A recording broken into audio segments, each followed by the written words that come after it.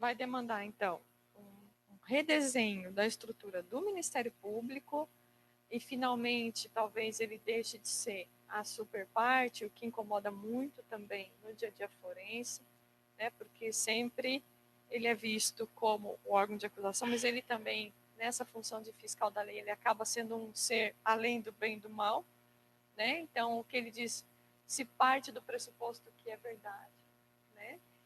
E até essa discussão, só um parênteses agora nesse projeto STREC Anastasia, né?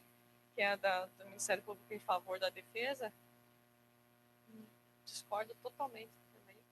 Não é assim. Você vai fazer o seu trabalho, eu vou fazer o meu trabalho. Se a defesa perder porque eu fiz mal o meu trabalho, paciência, né? E isso vai demandar também uma capacitação melhor de todas as partes. Para eu ganhar, né? Para eu ter um resultado mais favorável para a defesa, eu vou ter que me capacitar, vou ter que me virar. Porque a defesa também sempre ficou, e aí já digo da reestruturação da defesa de novo, nessa posição confortável de que não tem o ônus de nada. Tem sim. Tem sim. Vai ter que trabalhar durante a fase pré-processual, inclusive por conta dos acordos de não persecução penal. Você vai ter que trabalhar nisso já.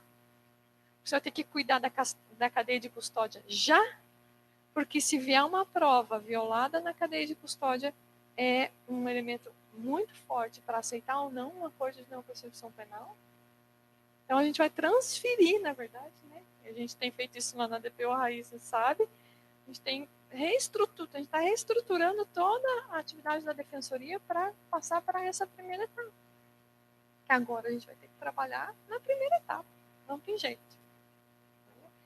E fazendo investigação, etc. Como que... Aí vocês imaginam, né? Para fazer investigação e para fazer todo esse trabalho de acompanhamento da fase pré-processual, os escritórios de advocacia criminal e as defensorias públicas vão ter que se aparelhar muito bem. Né? O Ministério Público também não tem essa estrutura, mas eles têm a polícia judiciária. Nós não temos. Então, nós vamos ter que fazer isso. Fazer como? Né? Aí a gente...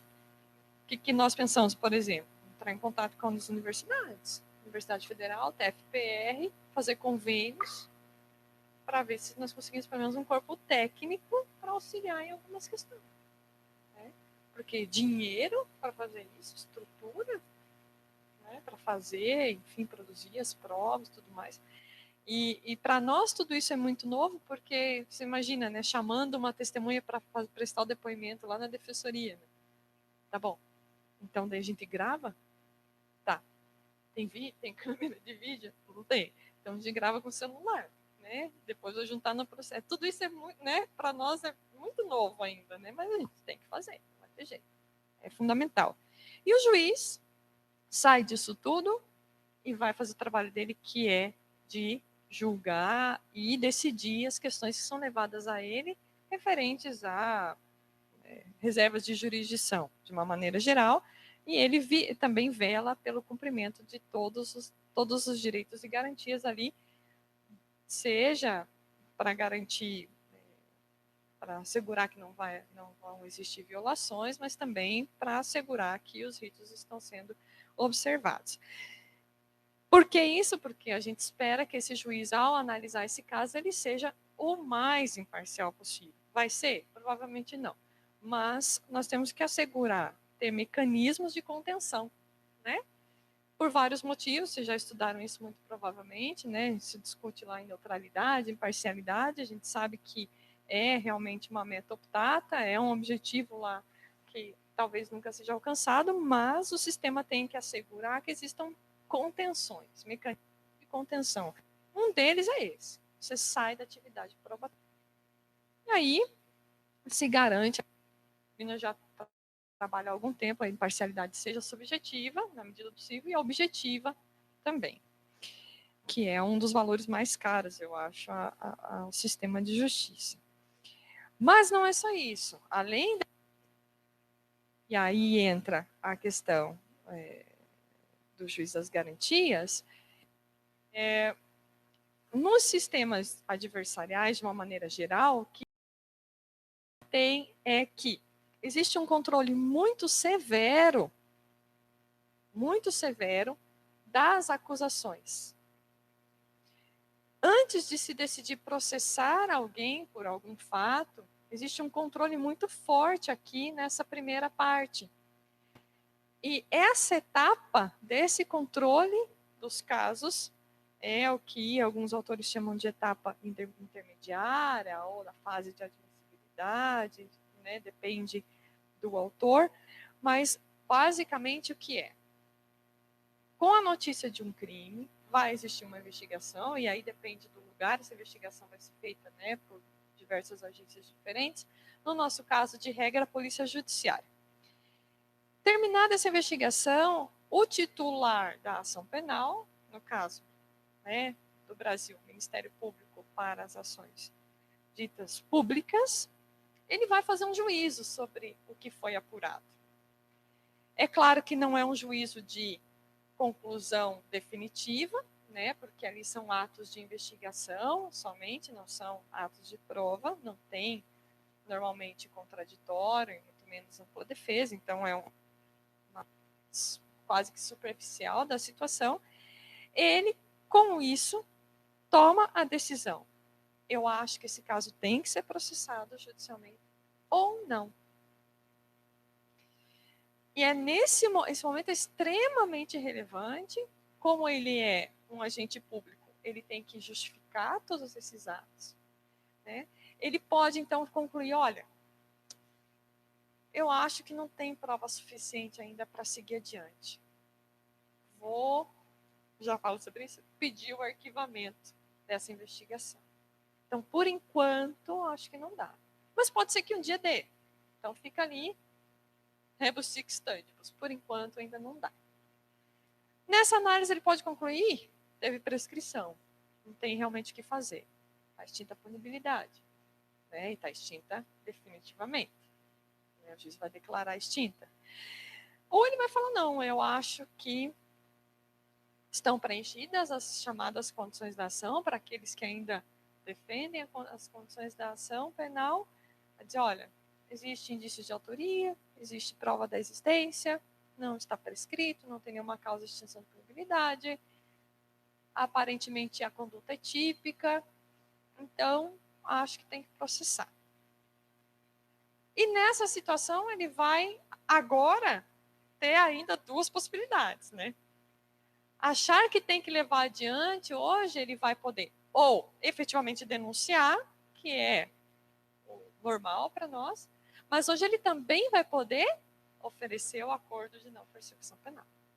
E isso é muito importante. Ele só pode oferecer o acordo de não persecução penal se for caso de denunciar.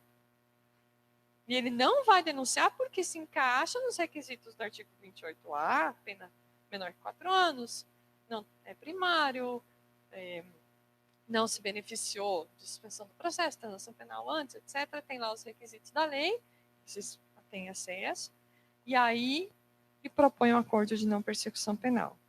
Preenchidos os requisitos, ele tem o dever de propor, embora a lei fale poderá propor, e aí a velha discussão vai voltar, a mesma coisa da transação penal, da suspensão condicional do processo, na época da 9.099. Vai voltar? Vai voltar, inevitavelmente, e vai voltar já, porque já estão, né, acontecendo, e até tem um artigo curtinho do Rômulo de Andrade Moreira, acho que ele tem uma página, né? Ele escreveu sobre o acordo de não persecução penal, achei bem bom assim, o texto dele. Ele vai analisando os requisitos, e o que mais me preocupa de tudo isso, do acordo, é a cláusula genérica do caput, do 28A. Né? Quando for necessário e suficiente para a reprovação do delito. Meu Deus, né? O que vai ser? E a gente recebe lá, né? Ó, deixa de oferecer porque não é necessário nem suficiente para a reprovação. Tá, mas por que não? Porque não é necessário nem suficiente para a reprovação. E né, fica girando. Mas a ideia dessa separação das fases é importante, e esse controle de ingresso, né, vamos dizer, do caso efetivo do processo criminal é outro passo relevante de um sistema já de cariz adversarial. Para que isso seja possível, tem que realmente ter um juiz que atue na primeira fase da persecução penal e um juiz que atue na segunda fase, caso ela venha a existir. E vão ter que ser juízes diferentes. E aí, então, que aparece a figura chamada do juiz das garantias. É o juiz, o artigo 3º explica bem até, é o juiz que vai efetivamente trabalhar apenas e tão somente nessa primeira etapa da persecução penal. Fazendo o quê? Fazendo tudo o que precisar nessa primeira etapa, né? Fazendo audiência de custódia, se tiver prisão em flagrante ou mesmo prisão preventiva, decidindo sobre as quebras de sigilo, decidindo sobre arresto, sequestro, etc., decidindo sobre prisão temporária, decidindo sobre interceptação técnica. Qualquer medida nessa primeira fase que necessite de intervenção judicial, é esse juiz que vai fazer. Essa é a competência dele, funcional por objeto do juízo, né? Agora, me surpreendeu quando eu li o voto do Toffoli, que ele falou sobre isso. Falei, olha, né, alguém lá bem, enfim. Achei bacana isso e essa definição. Ele vai ter esse objeto e vai trabalhar na primeira etapa. E aí que essa figura do juiz das garantias, ela não é nova, nem para nós. Né? No projeto de código em tramitação já existe a figura do juiz das garantias, antigo PLS 156, depois virou 8035, nunca lembro o número do projeto, 8045, 8045, acho, de 2009. O projeto mesmo. Todo mundo fala PLS 156, e ficou pelo 156. E, na minha visão, a definição ou a estruturação do juiz das garantias na 13964 ficou melhor do que no PLS 156. Definiu melhor. Achei que ela, né, superou ali, esclareceu várias coisas. E a melhor de todas elas, sem dúvida nenhuma, é que o juiz das garantias é o juízo que faz esse controle da acusação. É ele, 8045, né? Ele é o juízo que faz esse controle da acusação. Então, existindo necessidade, em o Ministério Público entendendo, esse caso é um caso que merece seguir adiante, eu vou oferecer um acordo de não persecução penal. Quem decide sobre isso? O juiz das garantias. Eu vou oferecer a denúncia. Quem decide sobre o recebimento ou não dessa denúncia, e na verdade decide se o caso vai ser processado ou não, é o juiz das garantias. E não se fosse mantido o sistema de quem de controle da acusação pelo juiz da instrução, você cai por terra toda a preservação que se tentou fazer. É igual. Então, o juiz das garantias, ele cuida dessa primeira etapa, levanta, né, vão ser levantados os primeiros elementos para a formação da opinião delicti. Então, aquele conhecimento mais superficial daquele caso, é verdade, mas não, esse conhecimento todo fica nessa fase, não vai adiante. Então, se houver o recebimento da denúncia, daí vai ter aquela discussão se a 395 ou se vai até o 399, né? Se ele pode absolver sumariamente, porque não fica claro aqui, eu acredito que sim. Ele notifica a defesa para apresentar a resposta dada, decide, inclusive absolvendo sumariamente, se for o caso. Só dali adiante assume o juiz da instrução, ou seja, para fazer mesmo a audiência de instrução. E nesse modelo, acho que muito parecido com o Chile, que, né, guardadas todas as diferenças, parece que está funcionando adequadamente. É um modelo que acho que vale a pena observar. O que é importante, né? Para evitar toda essa contaminação, para assegurar um pouco, o máximo possível, essa imparcialidade objetiva, a ideia, e a lei fala disso, é que tudo que for coletado nessa primeira fase vai ficar cautelado na secretaria. O juiz da instrução não vai ter acesso a isso, a não ser as provas chamadas, né? Que por algum motivo não vai poder ser refeita lá. Mas, salvo essas provas, tudo fica ali. Ele não toma conhecimento disso. E, certamente, essa decisão foi tomada de muitos estudos que já foram feitos, o mais conhecido, sem dúvida nenhuma, do Schunemann, sobre, né, o impacto empiricamente comprovado do impacto do juiz ter acesso à investigação ou não para efeitos de formação de um juízo de condenação, o que é absolutamente salutar. Então, ele não tem contato. Muito bem. Porém, o próprio artigo 3º traz alguns problemas nesse ponto. Por quê? Porque há uma determinação que fala que, se for recebida a denúncia, né, o juiz da instrução, em 10 dias, tem que rever as cautelares, para ver se ele vai manter as cautelares ou não. Mas como é que ele vai tecer um juízo sobre as cautelares decretadas pelo juiz das garantias, sem ter acesso aos autos de investigação? Ele vai ter que rever, ok, mas com base em quê? Que elementos ele vai usar? Então, na prática, a gente já começa a pensar, tá, ele vai dizer, então, pessoal, mas eu tenho que rever. Eu tenho que falar sobre isso. Mas eu não posso ter acesso. Né? E outras tantas questões, né? Que daí já, o pessoal já vai. Então, as partes têm acesso aos autos, né? Aí poderia o Ministério Público tirar a cópia e levar para ele e instruir? Né? Então, assim, é um escape. Aqui, quer ver onde está? Agora, deixa eu lembrar.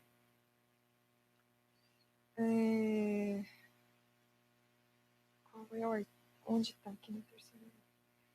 O B é o parágrafo. Aqui, ó, parágrafo 2º do 3º C. As decisões proferidas pelo juiz das garantias não vinculam o juiz à instrução e julgamento. Isso é fundamental porque, né, o que ficou, ficou lá atrás.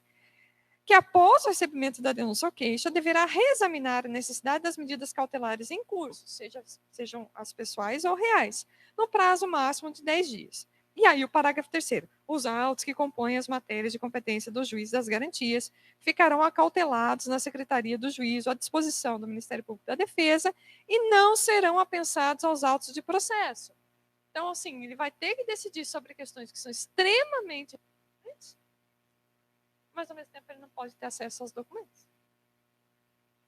Então, logo, então se eu posso levar um documento, eu posso levar todos.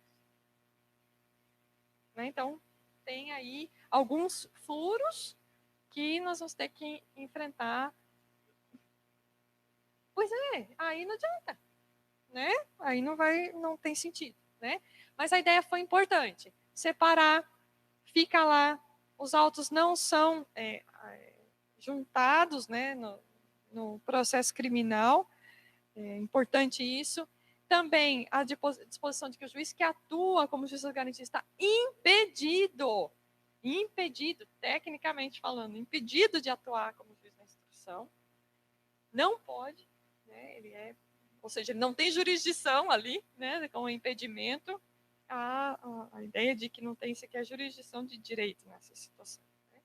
Então, é extremamente importante. O que eu quero dizer é que, na verdade, é o reflexo justamente dessa implementação desse segundo momento, que é o momento da separação e do controle maior sobre a acusação. E, para terminar, até porque eu não quero tomar muito tempo de vocês, o arquivamento do inquérito policial, a ideia da reforma do sistema de arquivamento, eu até, vou dizer, minha ideia não era ler o artigo, porque acho que não tinha sentido, era realmente alguma reflexão para além disso e apontamentos. Mas o artigo 28 caput, ele teve também a redação reformulada por essa lei e altera um sistema de controle judicial dessa situação em que o Ministério Público, titular da ação penal, decidia não ofertar a denúncia, ou o particular, né, a queixa-crime. Mas, na verdade, o especial era a questão da ação penal de iniciativa pública. E hoje nós temos um sistema de controle pelo judiciário. Né? O atual artigo 28, e continua sendo o artigo 28, estabelece que quando o Ministério Público pede o arquivamento das peças de investigação, né, ele pede mesmo o arquivamento ao juízo, que pode concordar com ele em determinar o arquivamento ou não. Se ele não concordar, ele remete aquele caso ao procurador-geral respectivo de Justiça no Estado, da República, do Ministério Federal, e assim por diante, para que haja uma nova avaliação dessa situação. Durante muitos anos isso foi muito discutido, em primeiro lugar, porque aqui a gente está falando de arquivamento vero e próprio, tecnicamente arquivamento, que é aquele por falta de provas unicamente, porque aí sim se aplica o artigo 18, na cláusula rebus sic stantibus, né? Se novas provas surgirem, o caso pode ser retomado, desde que não haja causa extintiva de punibilidade, por exemplo, né? Mas aqui, inadvertidamente ou inadequadamente, acabava se aplicando, alguns juízes aplicam o 28 para todas as hipóteses. Não concordo que tem prescrição, então 28. Não é isso, né? É só para os casos realmente de arquivamento. Então, existe, alguns falam num sistema de controle misto. Por quê? Porque o juiz provoca, né? O juiz pode discordar, mas não é ele, na verdade, que vai ter a última palavra. Ele provoca o próprio órgão, né, a própria instituição, para que se manifeste mais uma vez. E aí, a depender da decisão do procurador-geral, né, o juiz não tem o que fazer. Então, se o procurador-geral concorda com o promotor, por exemplo, e acha que é caso de arquivamento, o juiz tem que arquivar, né? Ou não, se o procurador-geral não concorda, aí designa outro membro da instituição para praticar o ato, né? E isso acontece muito, muito, muito, por incrível que pareça. Tá? Em especial no caso, por exemplo, que a gente tem no dia a dia, para ilustrar para vocês, nas questões de insignificância de descaminho. Tá? Então, tem procuradores que têm entendimento que a insignificância realmente são 20 mil reais, né, de tributos evadidos, mas a segunda Câmara de Coordenação e Revisão não tem esse entendimento. Aí vocês vão dizer que, na verdade, não é arquivamento, né? Não, na verdade, não é. Porque o procurador não oferece a denúncia porque é insignificante. Então, o que ele está fazendo é dizendo que é atípico. Né? Então, não é uma situação de arquivamento. Né? Não vai poder ser retomado depois, se for o caso. Mas, enfim, essa discordância acontece muito e a gente tem muito essa situação desse controle. Com a reforma da lei, a gente teria o fim desse controle pelo judiciário. Né? Porque daí a redação proposta na 13964 é que acabe essa possibilidade de intervenção do judiciário nesse momento. Como funcionário público, que é o Ministério Público, o órgão do Ministério Público, ao não oferecer, ele tem que justificar. Tudo que a gente faz, a gente tem que justificar. E tudo que a gente não faz também. Dá um trabalho imenso. Não vou recorrer porque tem colega que fala que é mais difícil. Dá mais trabalho, porque quando você não recorre, você tem que fazer todo um despacho, submeter a Câmara para, enfim, falar para a pessoa que não vai recorrer, ela tem direito. É super burocrático. Então, às vezes é melhor recorrer. Mas nesse caso, ele justifica, né, pela proposta nova, ele justifica, claro, ele vai ter que dar as razões, né, motivos determinantes, aí ele tem que dizer quais são os motivos e a motivação do que é ato administrativo, afinal de contas, e ele automaticamente submete à Câmara. Mas aí o controle é só hierárquico, interno. Ele comunica a vítima, segundo a lei, se houver, né, comunica a vítima, ó, não vai dar. Né? A vítima também pode recorrer para a Câmara, mas ele comunica a vítima e automaticamente já comunica a Câmara como se fosse uma espécie de exame necessário. Né? E o juiz não participa disso, de jeito nenhum. De jeito nenhum. Ele é informado depois, ó, tá arquivado. Mas até para dar uma destinação ali, porque afinal de contas, tu tramita no EPROC, então eles têm que dar uma destinação para aqueles autos de inquérito. E a ideia é sensacional, porque o que sempre se questionou foi isso. O titular da ação penal ele tem que ter a responsabilidade dessa decisão, por mais difícil que ela possa ser. E aí vocês vão dizer, mas puxa vida, será? Aí eles vão fazer o que eles quiserem. Não é fazer o que eles quiserem. É um ato administrativo. Ele tem que justificar, submeter a um órgão superior e caso incorra em falta funcional, ele tem que ser punido pela própria instituição. Então não dá para justificar a intervenção do judiciário aqui, embora muita gente seja favorável. Eu até entendo, mas também acho que está mais do que na hora, volto a dizer, de cada um fazer o seu próprio trabalho. Você é o titular da ação penal, você vai decidir. Se você decidir inadequadamente, etc., você vai ter um controle interno. Mas o judiciário não tem que participar disso, de jeito nenhum. Né? Como ele não vai participar do acordo de não persecução penal. Eles estão loucos com isso. Não, mas a gente não pode ficar na audiência, não. Eu só vou homologar só. Não, mas veja bem, eu posso discordar. Não é para discordar. Né? Ou, enfim, não é para se meter, mas a própria lei dá a ideia de que ele pode intervir. Né? Mas a resposta seria do artigo 28, não. Ou é a redação que, na verdade, ordenado o arquivamento do inquérito policial ou de quaisquer elementos informativos da mesma natureza, o órgão do Ministério Público comunicará à vítima, ao investigado, claro, né, e à autoridade policial, e encaminhará os autos para a instância de revisão ministerial para aplicação na forma da lei.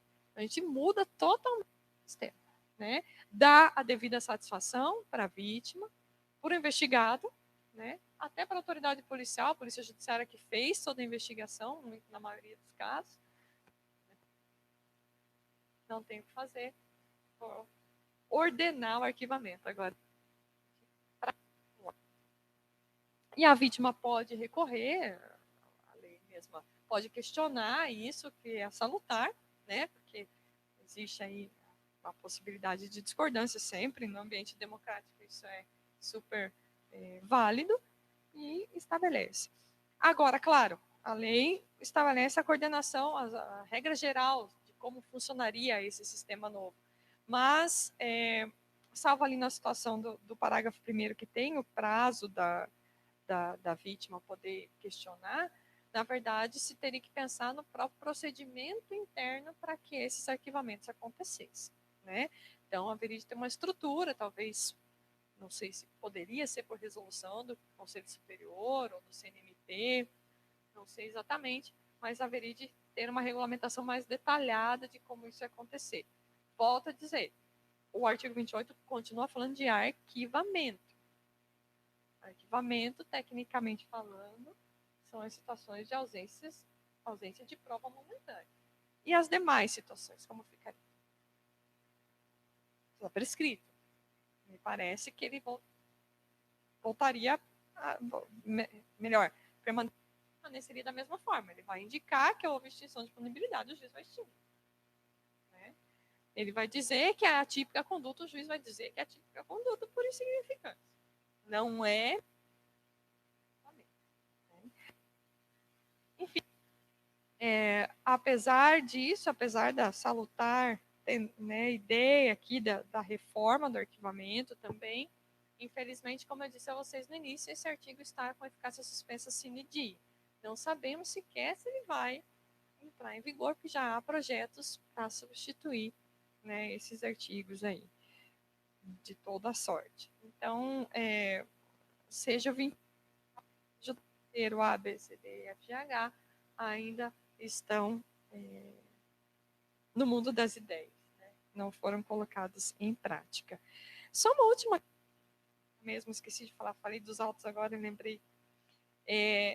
Na situação do juiz das garantias, quando ele fala do acautelamento dos autos de investigação, a gente teria que pensar como isso funcionaria para o processo eletrônico, né? Porque quando a gente pensa no processo físico, nos autos físicos, né, deixa lá no canto da secretaria. Mas quando a gente fala de eletrônico, que tem acesso, exatamente, você tem acesso. Tem acesso, não teria, não sei, teria que pensar uma ferramenta dos sistemas. Porque, claro, pelo sistema você consegue ver quem acessou, né? Então, se eventualmente o juiz da instrução acessasse, teria como saber que ele acessou, né? Mas ato de acessos, né? Então, assim. Bom, de novo, quero agradecer. Eu só pensei em algumas considerações aqui. Vários problemas práticos vão surgir, inevitável que isso, né, que apareçam mesmo, porque a lei vai dar só uma ideia geral das coisas. Mas, em suma, eu tenho uma visão bastante positiva. Acho que a reforma, embora tenha sido parcial e embora cause problema com o resto do sistema, né, porque em muitos pontos, de novo, foi incompatível, me parece que no cômputo geral tem um efeito positivo e a gente vai ter que aprender a trabalhar com tudo isso. Fico à disposição. Muito obrigada.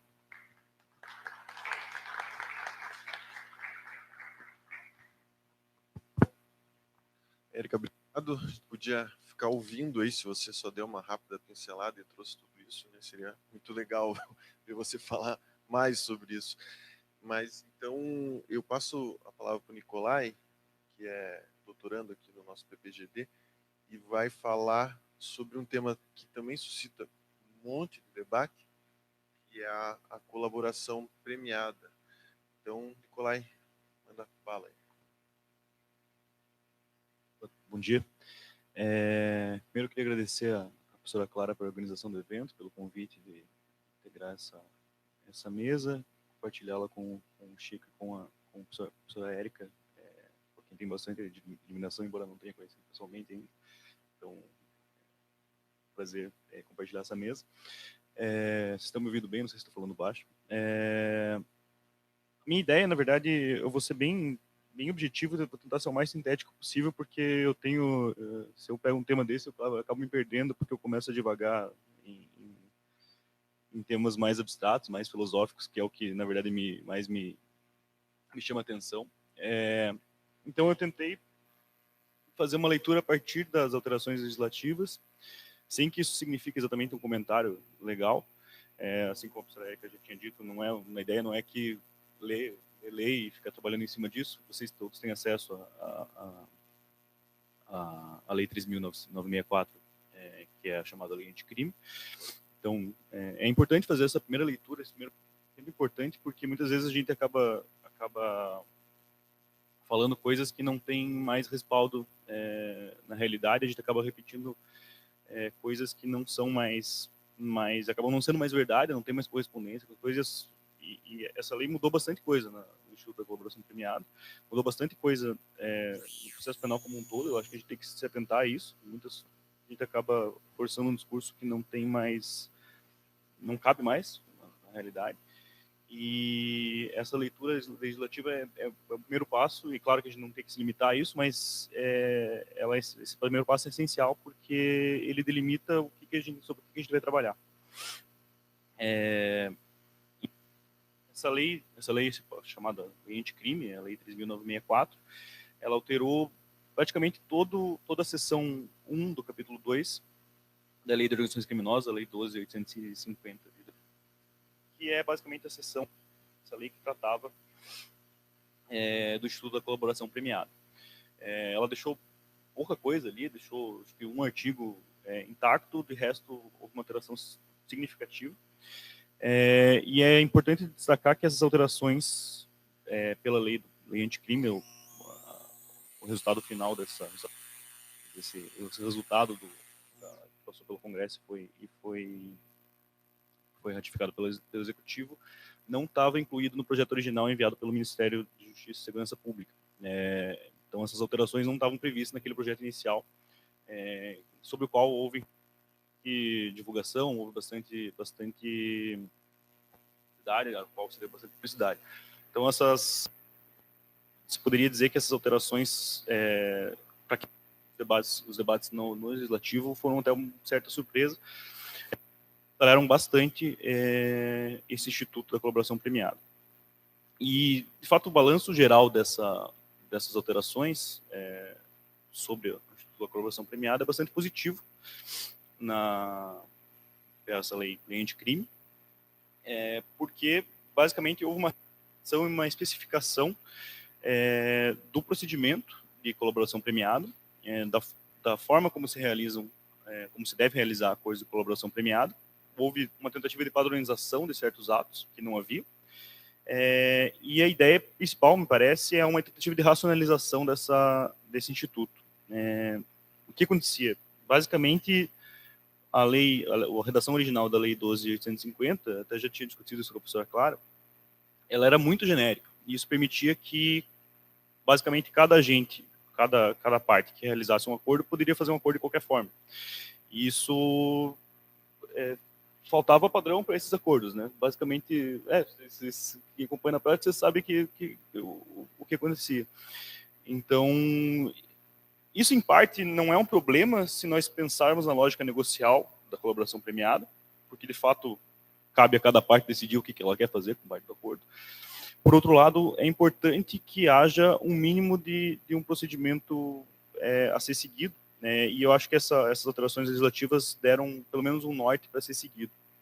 Claro que isso tem que ser complementado por ações internas de cada órgão, então, um padrão normativo de cada instituto, e aí isso depende muito do Ministério Público, depende muito da Defensoria, depende dos escritórios de advocacia que atuem na elaboração desses acordos de colaboração premiada, mas a lei dá uma especificada bastante grande na forma como esses acordos vão ser realizados. Basicamente, a principal alteração, que me parece o melhor exemplo dessa tentativa de racionalização do Instituto, é a formalização do início das tratativas. Isso não havia nenhum dispositivo dessa forma, nesse sentido, na redação original da Lei de Organizações Criminosas. E, atualmente, essa chamada Lei Anticrime alterou essa ideia e deixou muito claro que, uma vez que um sujeito se diga disposto a realizar um acordo de colaboração premiado e ofereça se submeta essa ideia de realizar um acordo ao órgão com o qual ele quer fazer parte, seja, e aí a redação deixa bem claro, seja com a polícia, o delegado da polícia, seja com o Ministério Público, geralmente, na maioria dos casos, atualmente está sendo com o Ministério Público. Isso foi ratificado pela STF em 2018, acho que foi a DI. Mas, basicamente, a partir do momento em que o sujeito formalmente se declara em início de tratativas, então, a partir desse momento, estabelece-se o que a lei chama de marco de confidencialidade. Isso é bem interessante, porque isso estabelece um critério formal de início de tratativas. Não havia nada nesse sentido na lei anterior, e isso torna mais previsível o momento em que você sabe quando o sujeito está ou não colaborando, ou pelo menos em tratativas de colaboração. Isso, em tese, poderia evitar um problema muito grande em vários processos, que é aquela figura que não se sabe se o sujeito está ou não colaborando, se ele é réu ou não, se ele é um réu comum ou não, ou se ele é um colaborador. E isso permite, especialmente com base nas últimas decisões última decisão do STF sobre a ordem de fala dos colaboradores no processo, permite que o juízo se prepare para esse tipo de situação, e permite que haja e se evite a prática de atos que poderiam eventualmente ser questionados, ser anulados por conta disso. Então é muito importante esse marco, ainda que esse marco de confidencialidade, essa proposta de colaboração seja realizada a partir de sob sigilo, como a gente sabe, só o sigilo da negociação só é levantado com o eventual posterior recebimento da denúncia. Porém, de toda forma, isso, além de evitar todo esse tipo de problema, essa formalização de tratativas tem um outro benefício, que é o fato de que há uma garantia para o colaborador da confidencialidade de todos os elementos que ele aporta à outra parte, ao Ministério Público e ao delegado. Eu vou tratar aqui como acusação em geral, mas é só por questão de vocabulário, para a gente não ficar repetindo isso. ao que ele reporta a acusação. Ele tem uma garantia formal, com base na lei, de que tudo que ele revelar até o momento, eventualmente, se aquele acordo não for realizado no futuro ou for eventualmente alterado, e aquelas informações que ele fornecer não forem acolhidas, tudo isso será garantido em sigilo, e não será usado contra aquela pessoa, salvo se eventualmente ele acordar determinadas penalidades, determinados termos que posteriormente serão ratificados. A mensalidade parece esse marco formal do início de tratativas, me parece talvez realizadas pelo pacote anticrime, ou lei anticrime, acho que é mais correto. Por outro lado, e isso é importante que seja dito, esse marco inicial, essa formalização do início de tratativas traz deveres muito específicos, a lei é muito clara nesse sentido, ao colaborador. Isso também tampouco havia na redação original. Não era muito claro o que o colaborador tinha que fazer a partir do momento que ele se propunha a realizar um acordo. Atualmente, a lei é muito clara em dizer que não. Uma vez que eu me proponho a realizar um acordo, eu preciso comparecer com um advogado, que tem poderes específicos para realizar um acordo. Isso é interessante, porque deixa muito claro e evita aquele questionamento em abstrato, evita o questionamento de voluntariedade posteriormente. Claro que eventualmente em concreto a gente pode questionar, mas isso pelo menos permite que ele compareceu com uma defesa e especificamente para realizar aquele ato. E ele precisa apresentar já os relatos que ele vai eventualmente fornecer, as informações que ele vai fornecer à acusação. E não bastasse isso, ele precisa, acompanhado desses relatos, ele precisa já nesse momento, nessa proposta formal de que se pretende negociar um acordo de colaboração premiado, precisa fornecer dados de corroboração ou provas de corroboração desses fatos que ele está narrando. Isso é, mais uma vez, muito importante para evitar situações em que se realizava um acordo e depois não se tinha como demonstrar o que se fazia. Isso, como vocês sabem, foi muito comum em acordos muito amplos e muito divulgados na Lava Jato.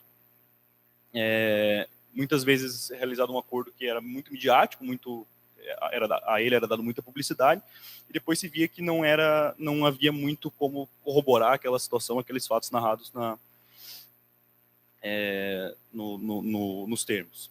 Então, claro que isso pode eventualmente não ser respeitado, a gente está trabalhando aqui no campo do dever ser também, mas é interessante que haja essa formalização por via legal desse dever do colaborador de fornecer tanto os seus relatos, desde no momento inicial, quanto o que ele pode fornecer de corroboração do que ele está falando. O que eu acho mais interessante nessas alterações, e aqui eu já começo a divagar um pouco, é o fato de que a lei parece aceitar o fato de que o acordo de colaboração é, de fato, um negócio jurídico, inclusive o artigo 3º caput da lei fala expressamente em negócio jurídico processual. Exatamente, define-se uma natureza de negócio jurídico e aceita-se com mais profundidade, e a meu ver isso é até bom, aceita-se essa lógica negocial. Claro que a gente pode discutir se essa lógica negocial é boa ou ruim, se isso deve ser aprofundado no processo penal brasileiro ou não, mas que o Instituto da Colaboração Premiada tem essa lógica negocial me parece inegável. E me parece urgente reconhecer que essa lógica negocial é inerente ao Instituto da Colaboração Premiada para que se defina o que se espera desse Instituto. Isso é bem interessante porque, ao mesmo tempo em que se assumiu essa maior aceitação desse caráter negocial, o instituto que mais se aproximaria de uma negociação geral e sem um produto específico, e a que mais se aproximaria daquela plea bargaining americana seria o 387, né, que foi afastado, que era da proposta original do pacote anticrime, proposta pelo Ministério da Justiça, e isso foi totalmente afastado pelo Congresso. Mas essa lógica negocial e essa aceitação desse aprofundamento dessa lógica negocial ficou bastante claro no Instituto da Colaboração Premiada, que opera por uma lógica ligeiramente diferente no sentido de que se espera com a colaboração premiada, pelo menos a acusação espera produzir um resultado específico. Eu vou falar aqui Estado como acusação. Ao Estado cabe um resultado bastante específico, que é demonstrar e apurar infrações penais. No caso da plea bargaining, a lógica é bem diferente, porque não se espera apurar infrações penais, basicamente se espera resolver um processo e descartar aquele processo da forma mais rápida possível. Embora essa lógica negocial e inevitavelmente econômica também se insira no Instituto da Colaboração Premiada, a ideia por trás dessa colaboração premiada é que se consiga demonstrar alguma coisa que não se conseguiria por meio da via ordinária, tanto que a lei trata como um meio especial de investigação, ou seja, um meio especial de obtenção de prova, o que é bastante interessante. Dito isso, é muito importante que se tenha em mente essa lógica negocial e se tenha em mente o que tem de limite nessa afirmação. O que eu quero dizer com isso? Quando a lei trata a colaboração premiada, o acordo de colaboração premiada, como um negócio jurídico processual, e aqui eu vou dizer isso igualar isso a um contrato, que de fato é um contrato entre acusação e defesa, ou entre as duas partes. Se vocês pegarem um acordo de colaboração premiada, vocês vão ver que é muito parecido com o civil, por exemplo. É interessante porque uma pena, então é até um pouco fora do que a gente se espera. Mas é interessante pegar, às vezes, os termos de acordo, para vocês que não tiveram contato, porque a linguagem utilizada ali é muito próxima do contrato civil comum. Porém, é importante ter em mente os limites dessa analogia que geralmente se faz. Em primeiro lugar, o acusado, ou o colaborador, no caso, ele não pode escolher o promotor com o qual ele atua. Então, ele não pode escolher com quem ele negocia, e isso já estabelece uma diferença muito grande com os contratos civis, evidentemente, porque, em tese, no ambiente de liberdade, e aqui a gente pode discutir a liberdade negocial como um todo, mas fazendo essa analogia que geralmente os defensores mais ferrenhos da colaboração premiada ou essa lógica negocial fazem, já assumindo essa posição, se escolhe, né, com quem se negocia na área civil. No caso da colaboração premiada, às vezes eu cometo certo falha e falo colaboração, desculpa falar delação, mas o termo técnico é colaboração premiada. A gente está acostumado, né, a falar, na mídia geralmente usa delação. Ela é até um pouco mais honesto, né, eu acho, delação, mas o termo técnico é colaboração, então acho que a gente tem que se ater um pouco a isso. Além dessa impossibilidade de escolha com quem se negocia, então não se escolhe com qual que é a autoridade competente com qual você vai negociar, o objeto de negociação é muito limitado também. O que o colaborador tem a oferecer? O que ele sabe. Então ele não tem muito como fugir daquilo, ele não tem como produzir um bem, ele não tem como, a não ser que ele minta, né? Ele não tem como produzir algo que ele, e às vezes acontece, mas a não ser que ele minta, ele não tem como produzir um produto diverso daquilo que ele tem para oferecer.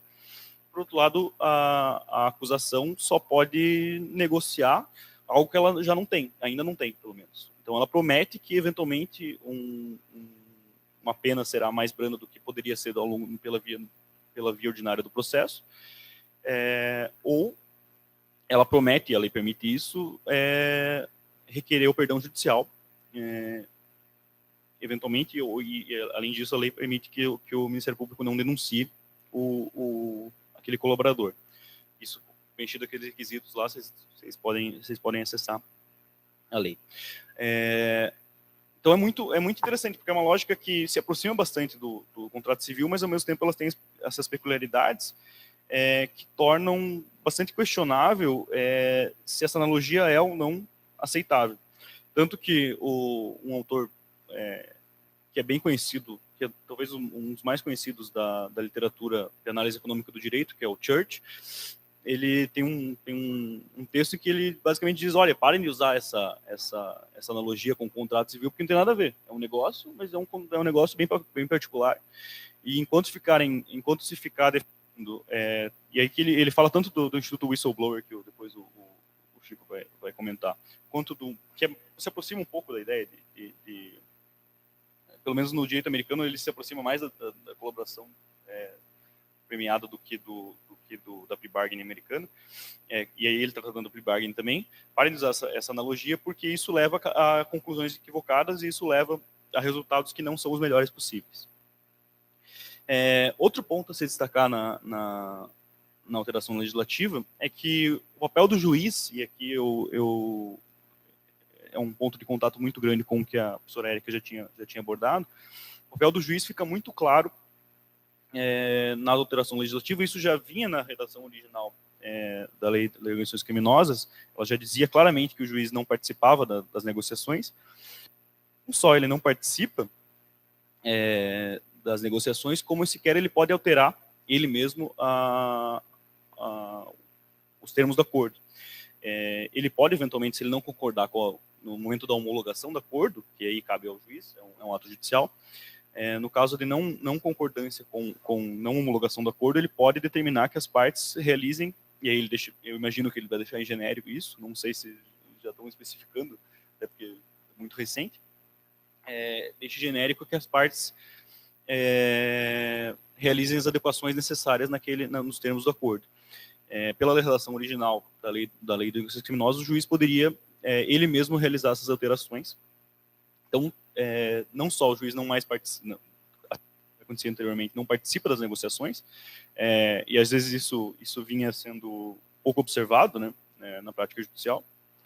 Não só que claro que não participava dos tratativas diretas, mas opinava sobre o acordo, como agora ele não pode sequer realizar essas alterações no momento da homologação.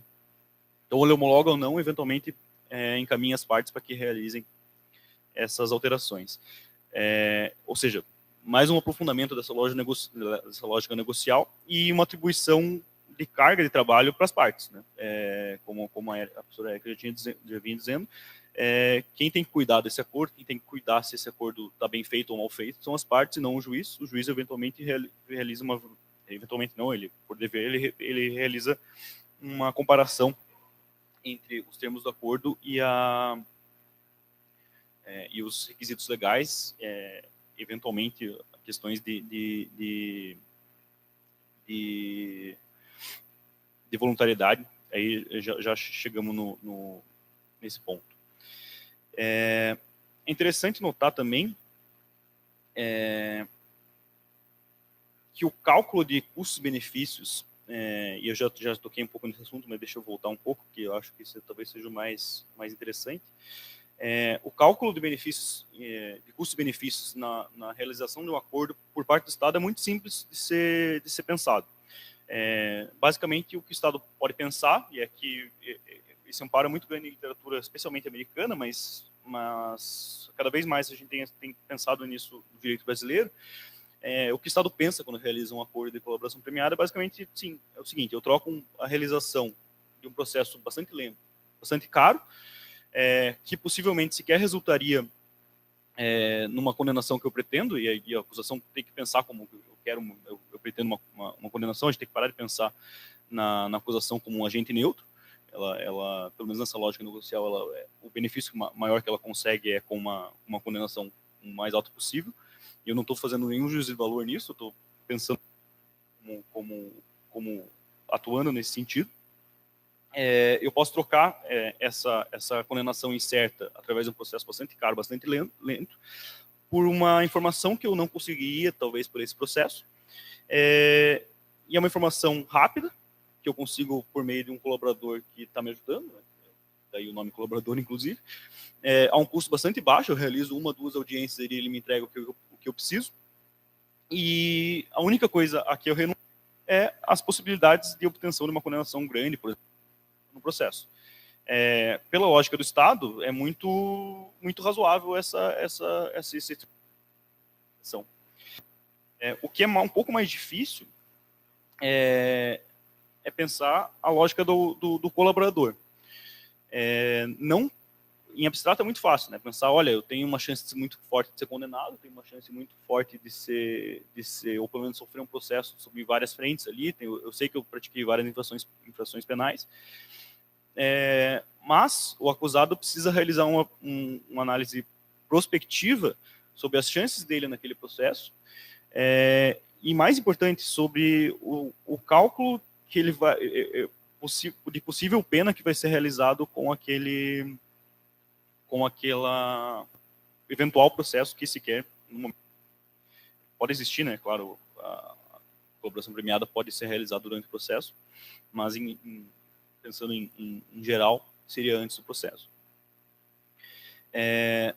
Porém, nesse cálculo que é mais difícil por parte do colaborador, a lei parece deixar mais lógico e mais fácil esse tipo de cálculo, porque ela vincula tanto a quantidade de pena a ser acordada, quanto o regime inicial de cumprimento de pena e depois, eventualmente, a progressão desse regime com o Código Penal. Isso é algo que acontecia de forma um pouco mais genérica na redação original, mas agora o Código de Crime deixa muito claro que não se pode fugir muito na verdade, a lei é muito clara, não se pode fugir das disposições do Código Penal a respeito de cumprimento de pena e nem de quantidade de pena. Porém, me parece que é possível fazer uma interpretação um pouco mais criativa desse instituto, mas isso a gente tem que ver como é que vai ser realizado para frente os novos acordos com base nessa nova legislação. Mas, de qualquer forma, o que a lei parece fazer é deixar mais racional esse cálculo realizado pelo colaborador. Outra coisa que eu queria questionar com vocês, e aqui já me encaminhando para o final, é de que aceita essa lógica por parte do Estado, que eu deixei bem claro, de que parece ok, né, uma realização de um processo bastante lento e bastante demorado e bastante caro e com resultado bastante incerto por uma informação que ele obtém de forma rápida, indolor e pelo menos por parte dele e com custo bastante baixo, por uma informação que ele consegue rapidamente e que ele pode utilizar para eventuais processos futuros. Se isso por si só legitimaria esse Instituto da Colaboração Premiada. Tem dois problemas que surgem dessa lógica, que se a gente aceitar essa lógica, ela parece resolvida, mas tem dois problemas que surgem a partir dessa ideia, e esses dois problemas são tocados nas alterações realizadas na Lei de Organizações Criminosas. O primeiro é um problema que está imiscuído em qualquer tipo de negociação criminal, que é o problema da separação entre inocentes e culpados. É um problema que me preocupa bastante, porque ele diz respeito à própria ideia de aplicação de pena. Mas o problema que surge daí é se a colaboração premiada, de alguma forma, prejudica a separação muito clara entre inocentes e culpados. E aí é uma questão de verificar a função de processo, o que se espera de um processo, se é eventualmente descoberta da verdade, ou se a gente tem que pensar outro tipo de critério que se espera de um processo. Mas aí eu acho que é uma discussão que a gente pode deixar para outro momento. Mas no caso da colaboração premiada, é se a realização daquele acordo, de alguma forma, prejudica a apuração ou a distinção muito clara entre inocentes e culpados, que é um dos princípios mais inafastáveis de uma jurisdição, da atividade jurisdicional voltada para a área criminal. E eu acho que a lei endereça esse problema de forma bastante interessante com o problema da validade da palavra do colaborador, ou o valor probatório da palavra do colaborador, que já era tratado na redação original como a necessidade de ratificação dessa palavra do colaborador, mas a lei nova, a lei anticrime, deixa mais aprofundada essa preocupação com um passo atrás.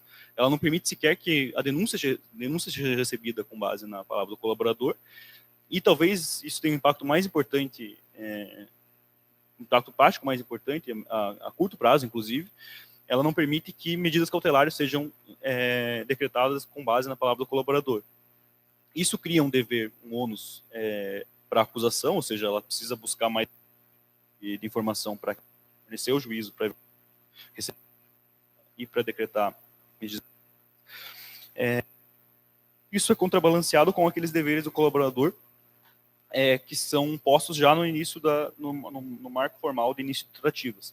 Então, a lei me parece bastante inteligente nesse momento, porque cria um instituto que cria deveres mútuos às partes e pode, eventualmente, realizar um filtro de acordos que não tem respaldo e não tem base para serem posteriormente utilizados em processos possíveis.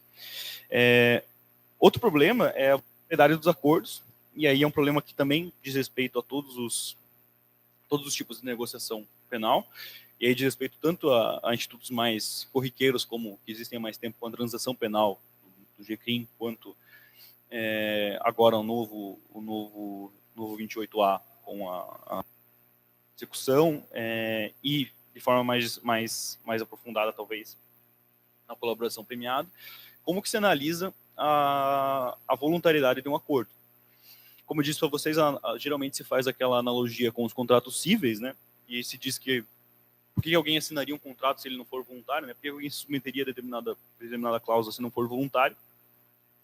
E, novamente, aqueles limites que a gente estabeleceu entre os acordos penais, ou os contratos penais e os contratos cíveis são bem relevantes para essa questão da voluntariedade.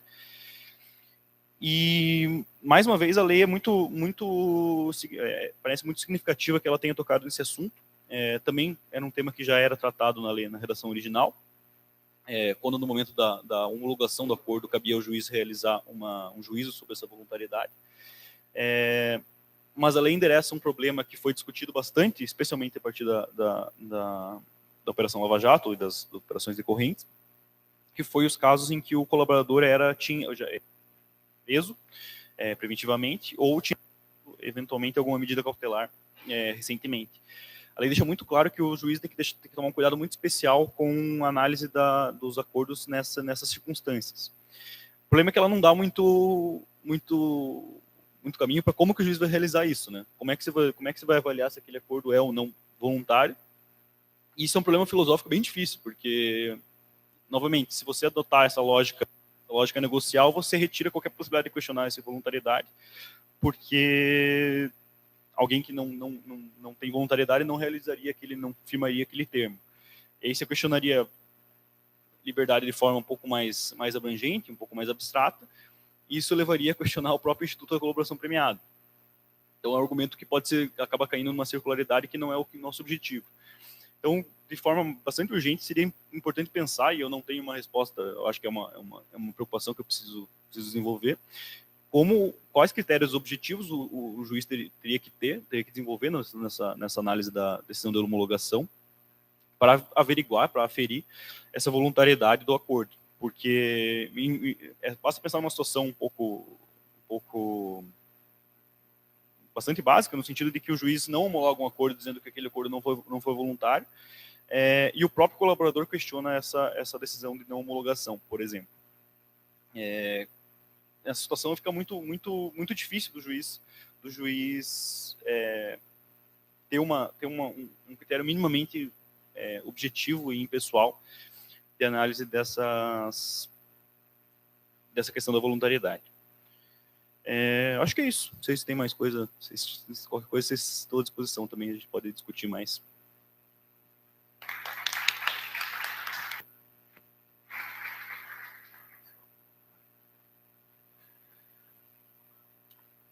Pessoal, bom dia a todos. Então, a gente saiu de um painel extremamente complexo, grande, da Érica, trazendo o juiz das garantias. A gente passou por um outro tema bastante importante no processo penal, mas que não tem a magnitude do juiz das garantias, ou seja, não é uma coluna vertebral do juiz das garantias, que é a colaboração premiada, e a gente chega num assunto periférico, pequeno, absolutamente quase irrelevante, que é o tema que eu vou tratar, né? Então, eu vou tratar sai do enorme, das questões estruturais do processo penal, para a discussão singela do agente infiltrado disfarçado, que tem uma característica de ser legal, né, divertido, né? Tem filmes sobre isso, né? Tem até o filme do que participa o Matt Damon e qual que era o outro ator? O filme de 2006, que é um agente infiltrado, polícia, na organização criminosa, e vice-versa, um agente infiltrado da organização criminosa na polícia. Um filme super legal. Como que é? Não, é Os Infiltrados o nome, né? É com o Jack Nicholson, né?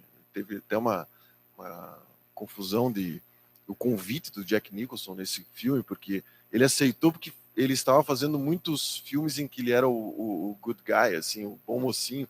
Ele queria fazer um papel em que ele fosse, né, o agente do mal, e, né, nesse filme ele conseguiu. Então, esse que é o aspecto interessante disso, não porque nós estejamos acostumados a debater o agente infiltrado em ações penais, em processos de jurisprudência dos tribunais superiores, se não tem encontrado muita coisa sobre isso. Mas como, de todo modo, estamos tratando de temas das modificações do direito penal, do processo penal, acho que é um tema ao qual a gente pode dedicar um pouquinho da nossa atenção. Então, nós tivemos algumas mudanças introduzindo essas duas figuras. A primeira do agente infiltrado, já conta um pouquinho da história legislativa do agente infiltrado, ele não foi introduzido através dessa mudança da Lei 13.964, 2019, foi introduzido anteriormente, mas essa figura acaba sendo introduzida no crime de lavagem de dinheiro. E como hoje lavagem de dinheiro é praticamente tudo, né? Todos os processos penais, né, Pedro? Difícil de tratar de um caso que não tenha lavagem de dinheiro junto, como tu costuma brincar, né? Até o homicídio qualificado pela paga, daí a lavagem da paga, né? É o crime de lavagem de dinheiro também. A gente imagina que esse instrumento de investigação vai ter uma amplitude muito grande daqui para frente. Então, o que foi alterado, pessoal? O artigo 1º da Lei de Lavagem, todo mundo tem noção do que é a lavagem de dinheiro, tentar legalizar uma grana que foi obtida de maneira ilegal, de corrupção, de tráfico de drogas, uma série de outros crimes que hoje nós não tenhamos nenhum rol, né? Antigamente nós tínhamos um rol dos crimes que poderiam ter o seu produto lavado, hoje qualquer um pode ser lavado, como vocês sabem, mas esse artigo 1º da Lei de Lavagem teve a introdução do parágrafo 6º. Esse parágrafo 6º fala exatamente: para apuração do crime de que trata esse artigo, admite-se a utilização da ação controlada e da infiltração de agentes. E, claro, eu não preciso trazer, até trouxe umas definições aqui da literatura estrangeira, inclusive, uma professora portuguesa, Isabel Oneto, e Manuel Monteiro Guedes, que tratam esse tema lá em Portugal há bastante tempo, mas o agente infiltrado, né, é aquele agente policial, e muitos autores até admitem que não precisa nem ser policial, que pensa de se miscuir nessa organização criminosa para coletar provas, de forma que essas provas venham a desmantelar, não só desmantelar, mas também que eles possam ser processados. Então, o agente infiltrado ele tem essa definição e essa conotação. Como eu falei, eu ia trazer um pouco do histórico de como surge essa figura. E a nossa história começa em 95, através da Lei 9.000. Esse microfone vai e volta, assim? Ou é impressão minha? Está indo e voltando o som, ou vocês estão escutando na boa? Na boa? Eu estou com aqueles artistas que falam, estou com problema no retorno. Estou com problema no retorno. Então, nós temos uma lei, como eu falava, de 95, a Lei 9.034, que era a lei que propunha meios operacionais para prevenção e repressão de ações praticadas por organizações criminosas. Então, uma lei embrionária da atual lei das organizações criminosas. Ela não trouxe a figura do agente infiltrado até 2001, quando ela foi alterada. Então, numa alteração que ela recebeu em 2001, pela Lei 10.217, nós temos efetivamente a introdução da figura do agente infiltrado. Em 2006, com a alteração, dos crimes de uso e tráfico de drogas. A gente teve uma ampliação. Então, para além daqueles crimes de organização criminosa, também vai para o crime de tráfico de drogas, o agente infiltrado. Com a lei que o Nicolai estava comentando agora há pouco, a 12.850 de 2013, que é a lei de organizações criminosas, que trouxe a colaboração premiada, ela acaba sendo o grande instrumento, né, da lei 12.850, é o que a lei ficou famosa, né, a 12.850 foi por conta da colaboração premiada, mas ela normatiza essa figura do agente infiltrado, porque até então a gente só tinha uma previsão. Pode usar o agente infiltrado, mas sem saber como que funcionava, como que não funcionava, quais eram os requisitos, quais eram os critérios, e assim sucessivamente. E finalmente chegamos onde estamos, que é mais um passo nessa expansão da utilização do agente infiltrado, que é exatamente a utilização do agente infiltrado nos crimes de lavagem de. Então, como eu falava, nós não tínhamos regulamentação dessa lei, desse instituto, antes de 2013. A lei anterior, ela só falava rapidamente, mencionava esse instituto, e a grande alteração agora é expandir para a lavagem de dinheiro. E aí cabe a questão, o que vai ser projetado, o que vai ser levado também para as investigações de lavagem de dinheiro quando a gente fala de agente infiltrado. E aí, senhores, a gente tem que dar uma olhada nos artigos 10 a 14 da 12.850, que vai falar da representação do delegado, do Ministério Público, para que tenha o agente infiltrado, um prazo, mas que acaba sendo um prazo absolutamente impróprio, né? Porque a infiltração será autorizada, Érica, pelo prazo de até 6 meses, sem prejuízo de eventuais renovações, né? Quando a lei fala sem prejuízo de eventuais renovações, a gente sabe que é simplesmente dizer que não tem prazo nenhum, né?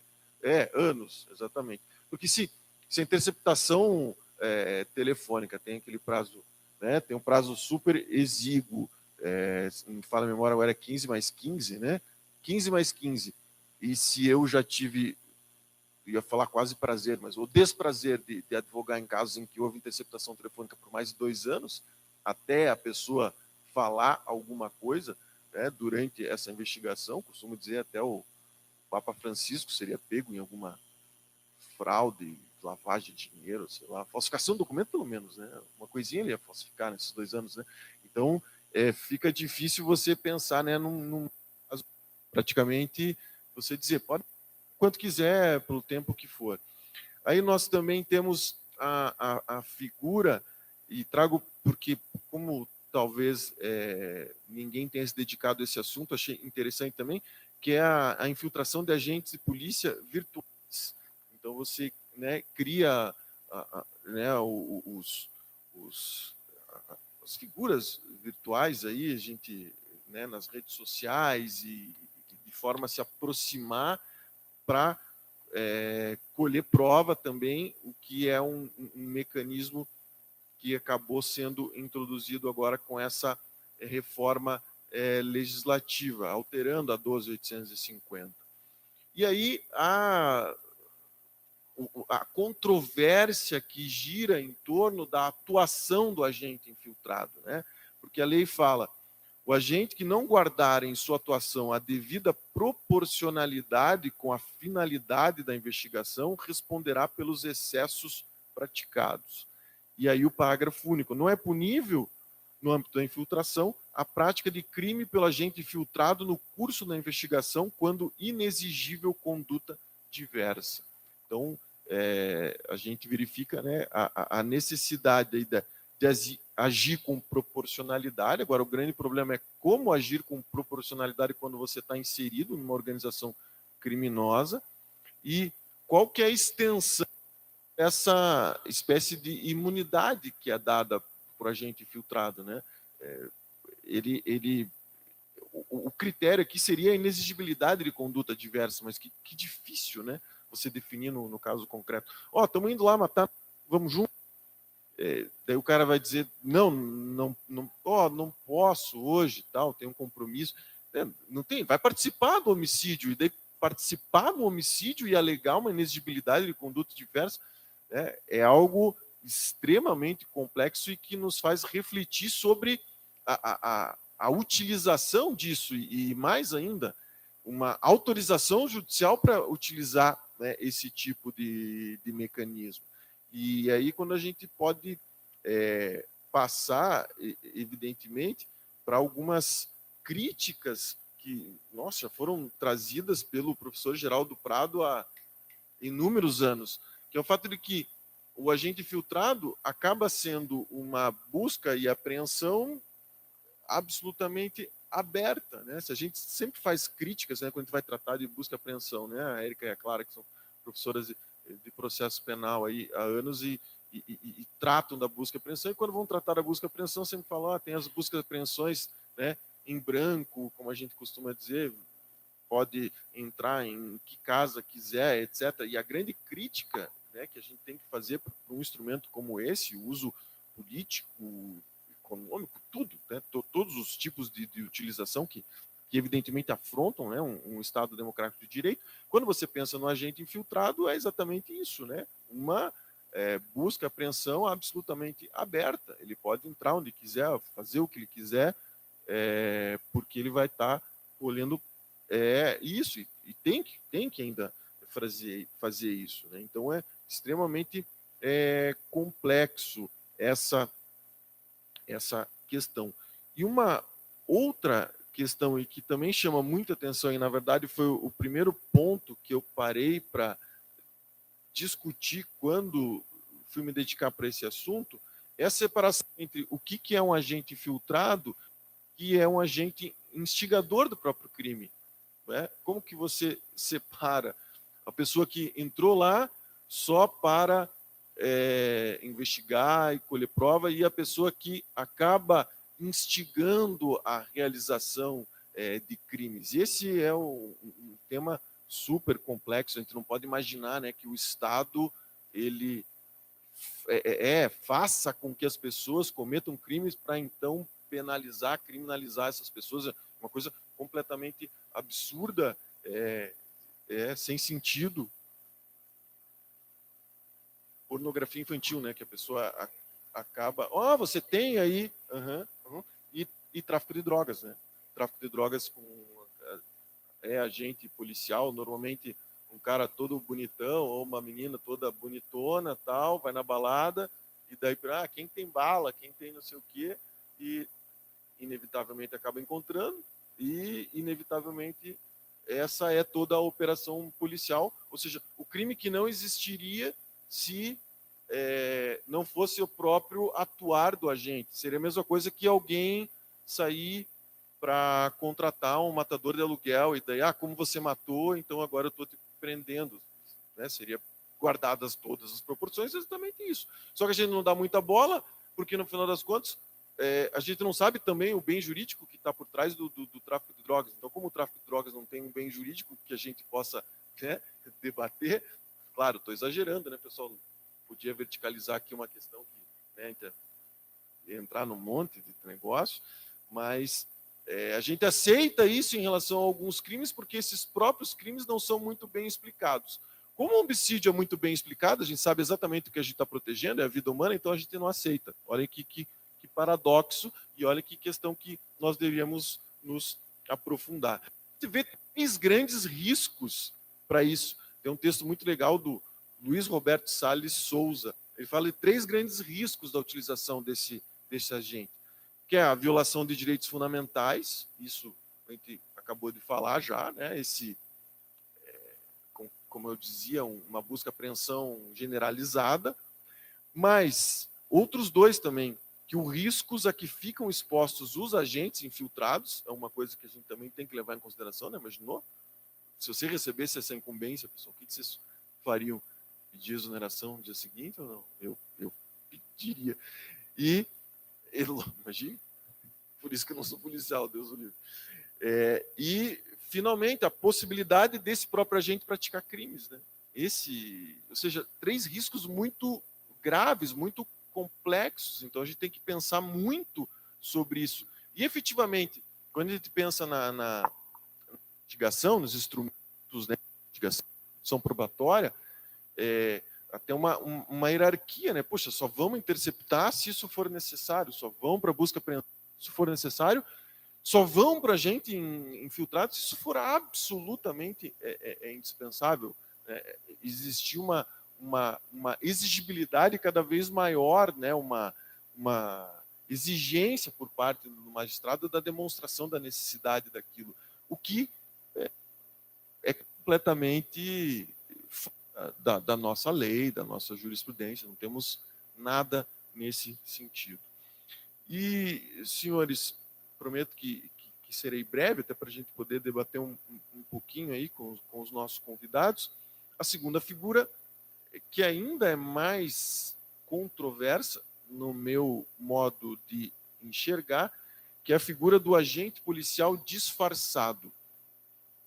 A gente teve a introdução disso também com a 13964, 2019, e mais especificamente, pessoal, nas alterações que a 13964 promoveu na Lei de Registro e Posse de Armas, a Lei 10.826 de 2003.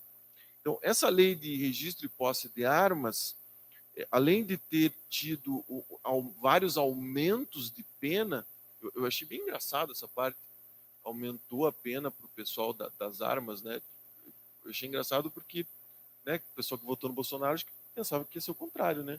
Que ia liberar as coisas, ia facilitar. Na verdade, tem algumas coisas que dobram a pena, né? Ou aumentaram bastante. Por exemplo, o artigo do 17, o crime de adquirir, alugar, receber, transportar, conduzir, arma de fogo, acessório, munição sem autorização. A pena era de 4 a 8 e foi para 6 a 12. E o outro crime, que é o tráfico de armas, ele era de 4 a 8 e foi para 8 a 16 anos.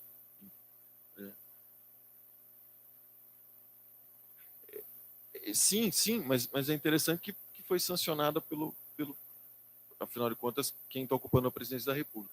Mas não, então isso que é o paradoxo, isso que o Freixo conseguiu enganar todo mundo, né? E eu fui uma pessoa que, no primeiro momento, quando eu vi aquele acordo no Congresso Nacional, aprovando o pacote anticrime, eu fui o primeiro que critiquei. Fez acordo aí com esse cara, fez acordo com o Moro aí. Puta, eu critiquei, tá lá no meu podcast, o resto da vida, né? Eu criticando o troço, né? Mas a grande verdade é que, como o Nicolai já falou, como a Érica já falou, teve uma lei extremamente interessante, a Clara compartilha dessa mesma opinião, e é tão engraçada, é tão paradoxal, que até mesmo nesse tema aqui, que é um tema que seria especial para o presidente da República, né, até aqui teve retrocessos, então, para eles, né? Então, é um negócio interessante. Mas o que eu estava falando era do agente policial disfarçado. Deixa eu voltar para o tema. O que o agente policial disfarçado, como que é essa figura? Então, nesses dois artigos que eu acabei de mencionar, nós temos a possibilidade da utilização do agente policial disfarçado. Então, olha lá.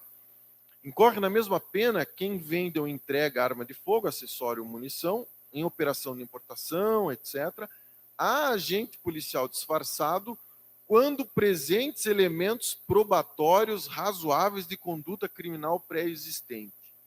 Porque aqui, pessoal, ainda é mais difícil você conseguir separar, né? Se no agente infiltrado é difícil você separar quem é infiltrado e quem é o agente, como eu falava, instigador, poxa, no agente policial disfarçado é praticamente impossível você conseguir separar uma coisa de outra, né? O que é um agente policial disfarçado que vai comprar uma arma fruto de contrabando de um agente instigador? Praticamente não tem nenhuma separação. Nós temos, inclusive, uma súmula sobre isso, né, pessoal do Supremo Tribunal Federal, que é a súmula 145, que trata do crime impossível. É um crime impossível, não tem como né? Não há crime quando a preparação do flagrante pela polícia torna impossível a sua consumação. Simplesmente não tem como consumar esse crime. E aí, a saída do legislador. E é sobre isso que a gente tem que refletir. Olha qual que é a saída do legislador. Quando presentes elementos probatórios razoáveis de conduta criminal pré-existente. Então, você, basicamente, que essa foi a conclusão a qual eu cheguei, né? Queria até ouvir os meus colegas e todo mundo que está aí. Basicamente, a solução é a seguinte: se eu estou fazendo uma investigação, eu sei que você fez alguma coisa, mas eu não estou conseguindo investigar, eu não consegui elementos de prova. Então, eu posso usar um policial disfarçado, desde que se comprove que havia elementos probatórios razoáveis de conduta criminal pré-existente. Então, é uma figura assim bastante claro, se não tiver, passa a ter, né? E se inventa, porque daí como é que você vai fazer isso? E aí a doutrina, entre aspas, pessoal, uns artigos que eu acabei me deparando, assim, eu não vi nenhum artigo sobre esse tema em revista científica e tal. O agente filtrado tem bastante coisa, mas o agente disfarçado eu não vi nada. Até para preparar para cá, eu tentei dar uma olhada em artigos, não encontrei nada. Encontrei aqueles artigos de internet que a gente sempre acha, assim, alguns bons, né, e alguns nem tão bons, assim, que a gente acaba hoje vendo muita coisa, né. E aí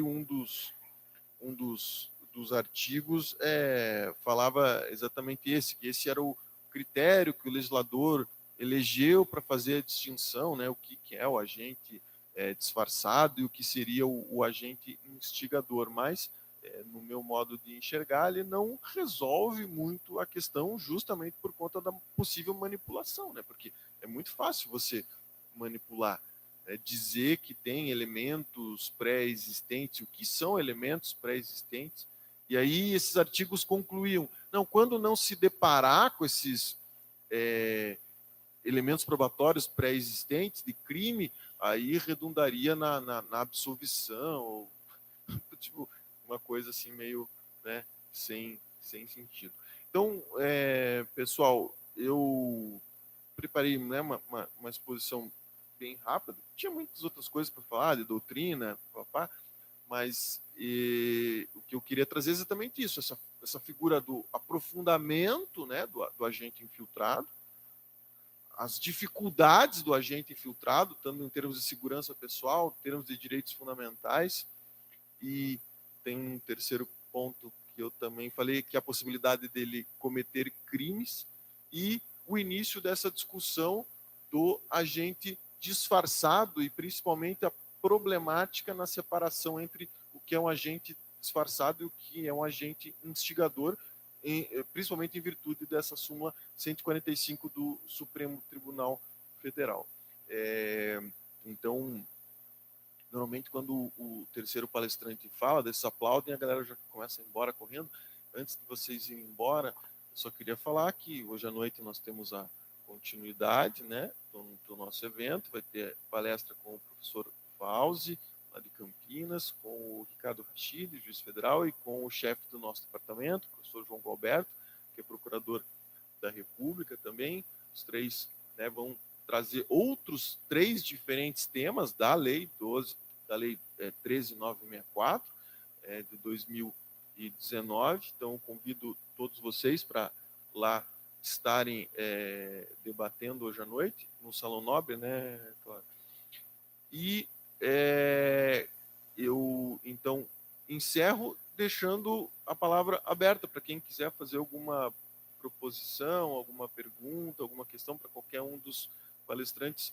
Nós estamos aqui para fazer esse debate. Se ninguém tiver, claro, daí eu vou passar para a professora Clara, que dela deve ter alguma pergunta aí para fazer para a gente. Tá bom? Obrigado, pessoal. Valeu.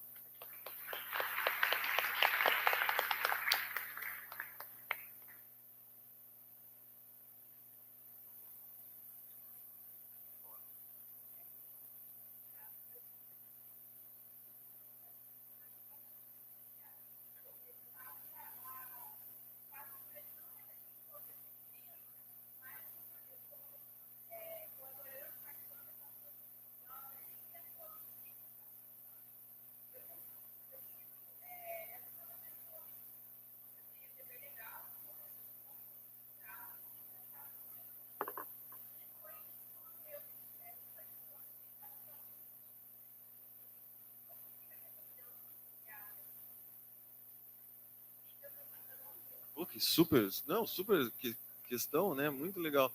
Então, deixa eu ver se... Olha a imaginação dessa menina. É um agente infiltrado que, né, que tá lá, tal.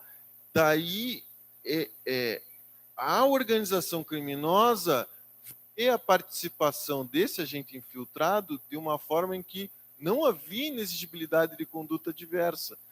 Quando instaura o processo contra a organização criminosa, eles fazem uma colaboração para entregar o agente infiltrado para ter diminuição da pena deles por conta desse crime que não estava acobertado pela inexigibilidade de conduta diversa. É isso. Porra, que fantástico. Moça, eu vou contratar você quando eu for cometer algum crime, alguma coisa. Mas fala aí, Nicolai. Não tenho a menor ideia. Mas a gente tem que tomar cuidado para não separar as figuras, né? O colaborador, ele, a princípio, ele tem contra si uma infração, ele cometeu uma infração penal, né? Nesse caso, ele teria cometido, e aí fica esse questionamento se foi ou não, se está abarcado ou não por uma situação legitimante, ou se está abarcado ou não por uma situação desculpante. Aí é uma discussão que teria travada dentro do processo, eu imagino. Mas só a gente não pode confundir uma figura com a outra, né? O acordo de colaboração premiada é um acordo formal em que um sujeito realiza, uma pessoa física realiza com acusação. Já o Chico já explicou muito bem, ele estamos parados. Uma figura dada por parte do sistema de justiça. Então eu imagino que numa situação dessa, o próprio fato de ter sido determinado por uma autorização judicial torna muito complicado que aquilo sirva de base para uma formulação de um acordo de colaboração premiada, até porque aquelas informações que eventualmente o agente obtiver, ele já conhece, né? Ou pelo menos ele já é um meio de obtenção de prova, então sei lá, tô viajando também, mas não sei. É difícil. Eu acredito que não tem incompatibilidade disso que você falou, né? Não tem nenhuma vedação. Não é verdade?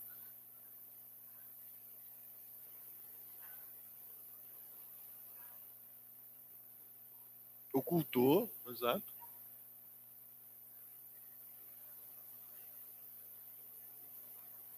Sim, não, interessante. Mas eu queria perguntar para a Érica. Posso? Érica, como que fica a questão do juiz de garantia, juiz da instrução e o juiz da custódia? É o mesmo do juiz das garantias? E como que ficaria isso nas comarcas menores, tal? Como é que você vislumbra isso? E o segundo, a questão da revisão das cautelares. Se você vê isso como um aspecto positivo ou negativo, porque eu vejo muito como negativo. Por quê? Porque a tendência do mesmo magistrado ou o magistrado ali colega do outro magistrado de manter a medida é muito grande. E cada vez que vem uma nova decisão, você faz com que se tornem prejudicadas todas as impugnações que tiverem tramitando no tribunal, no STJ, daí você volta para o primeiro grau. Tecnicamente deveria ser assim, né? Muitas vezes acaba sendo, né? O STJ pega e julga tudo junto, de uma forma inapropriada, né? Mas eu queria te ouvir em relação a esses dois aspectos. Bom, com relação ao juiz das garantias, da questão da custódia, justamente quando o CNJ buscou o auxílio, que foi bem bacana, né? Eu acho que foi uma postura bacana do CNJ, no fim, né? Por enquanto. Não adiantou muito, mas a ideia era justamente pensar, ok, então como que nós vamos operacionalizar isso, né? E há uma diferença muito grande entre a estrutura da Justiça Federal, da Justiça Estadual Criminal, e também há um questionamento da Justiça Militar. Isso se aplicaria à Justiça Militar. Eles acham que não, claro, porque, né, pelo amor de Deus, não queremos mais nada aqui, por favor. Agora,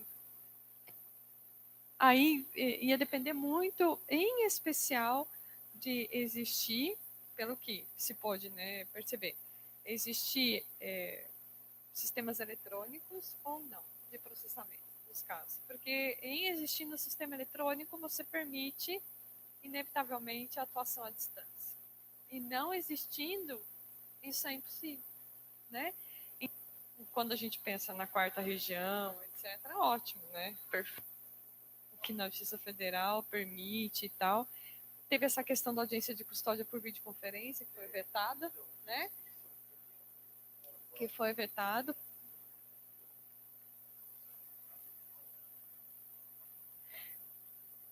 Então, mas o que mas o que eles o veto foi justamente a parte que vetava a realização por vídeo, né? Então, a rigor se autorizou definitivamente a realização por videoconferência mesmo da audiência de custódia. Existia uma recomendação, existe na verdade do CNJ, de que as custódias não sejam feitas por vídeo, né?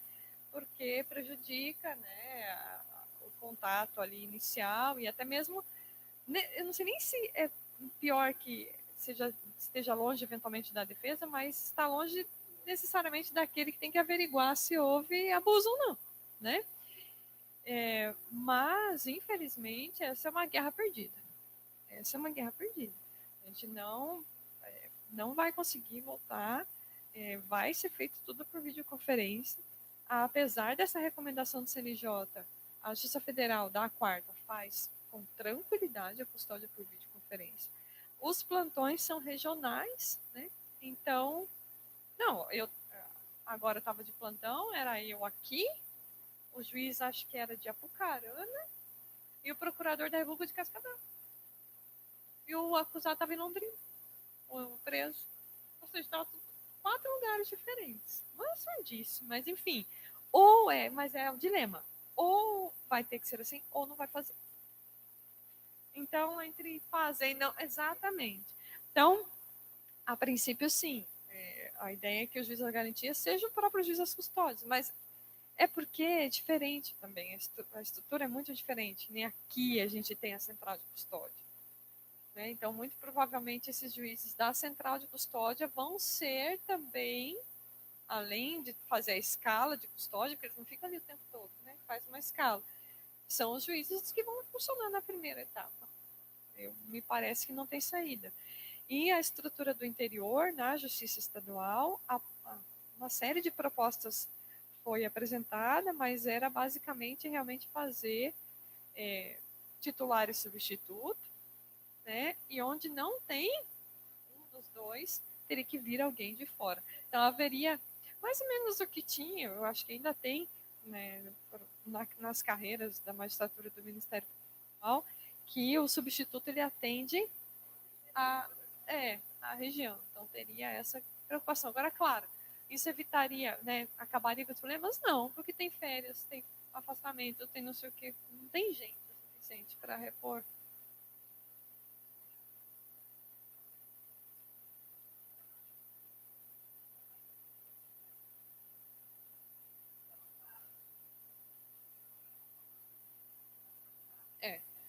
Entendi. Não vai, com certeza. Não vai. À disposição. Não tem como. Não vai ter. Isso também está, né, eles acabaram suspendendo, né, esse da prova, lá do 157, né, porque também sob esse fundamento de que não tem estrutura para você manter tantos juízes disponíveis assim, né, teria o titular, substituto 1, 2, 3, 4, 5, porque, né, você tem que, vai que, é.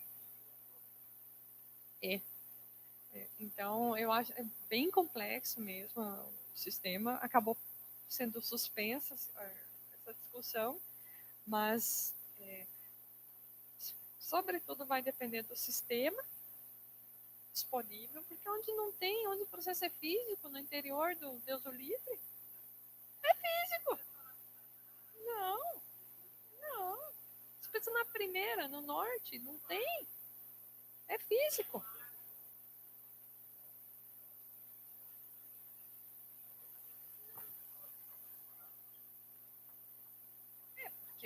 Mas o bem tem o Projude, a videoconferência, enfim. Sim, mas tem que imaginar que... Não, e o Nordeste também muito precário, né? Não tem. Não, os caras não conseguem. Agora, a outra questão... É.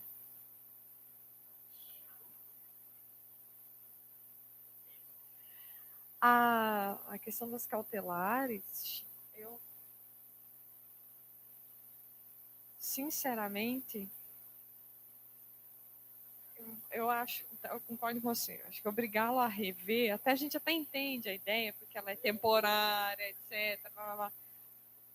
E aí, claro, talvez exista também uma diferença de análise entre a cautelar real e a pessoal, né? Mas se tem esse lado que você apontou, que ele vai ser obrigado a reavaliar os requisitos e logo manter uma cautelar, já exige dele um pré-juízo, né? Por outro lado, o fato dela existir já é. Quando chega para ele, ó, o cara está preso preventivamente com todos os bens, né, retidos, ele já vai fazer esse juízo. Só que daí ele não sabe por que aconteceu, né? Acho que tem essa vantagem. Ele não sabe, ele vai ter que achar os elementos dele, né? Mas se ele tiver que reexaminar, aí acabou. Porque aí, né? Agora, claro, a gente imagina também que nessa estrutura toda os processos não vão mais, ou vão ser mais rápidos, né? E aí talvez seja menos prejudicial a existência da cautelar. Não sei. Eu realmente não. É o que foi o que eu disse. Como é que a gente vai compatibilizar isso com a estrutura do juiz das garantias? Não consigo ainda visualizar. Vai ser ruim, né? Tem um lado positivo de a preocupação de ser temporária, né? Mas tem o lado negativo de que ele vai ter que ter acesso. E a própria existência da cautelar já é complicada. Enfim, não sei, Chico. Na verdade, não respondi nada.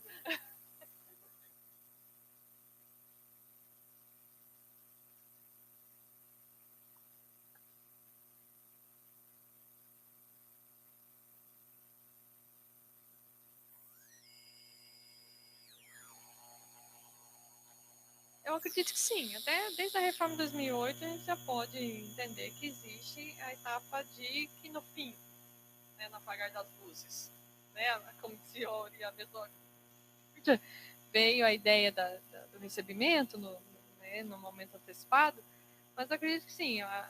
Me parece possível você dizer que tem que ser feita a defesa prévia mesmo ali e que o juiz das garantias resolve a situação, não vai adiante.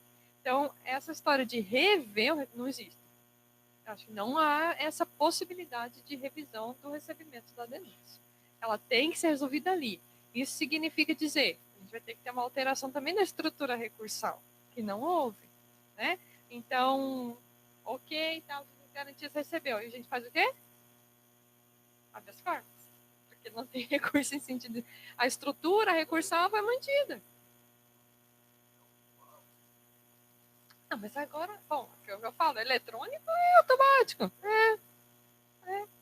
Mas acho que não, na minha opinião, não pode ter essa revisão, de jeito nenhum. Porque senão, para ele revisar, ele tem que ter acesso aos elementos de convencimento do juiz das garantias. E a ideia é que não. Tem, ele analisa a resposta e pode até absolver sumariamente. Para instrução. Audiência de instrução. Tá aqui, ó, para você fazer só audiência de instrução.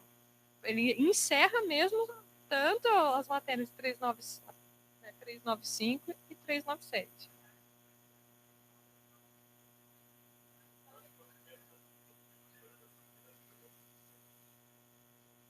Não sei.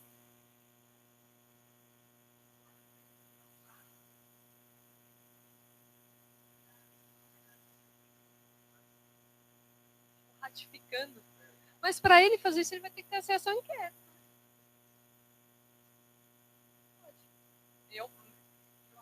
No mundo ideal, não. Não poderia.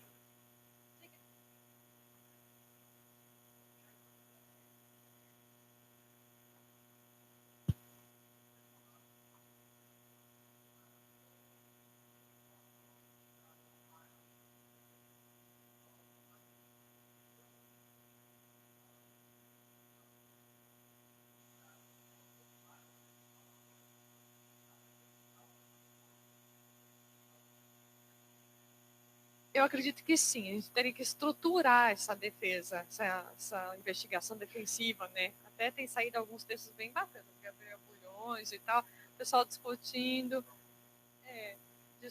como operacionalizar, porque é muito novo, né, Pedro? Mas eu acredito que sim, né? É claro que hoje a gente tem recursos audiovisuais que ajudam a dar autenticidade ao ato, né? Então, se você filma, né, um depoimento e junta o vídeo nos autos, né? Mas acredito que sim, né? Mas essa habilitação, ou mesmo essa fé pública, também, por outro lado, me parece que vem da advocacia e da defensoria pública, da própria função, né? Então, aquele que está habilitado pela OAB para exercer a advocacia e os que estão na carreira da defensoria, automaticamente estão habilitados para fazer, né? E se eu apresento, é mais ou menos aquela reforma que eu já sei ficar contra, né? Quando você referenda, você responsabiliza.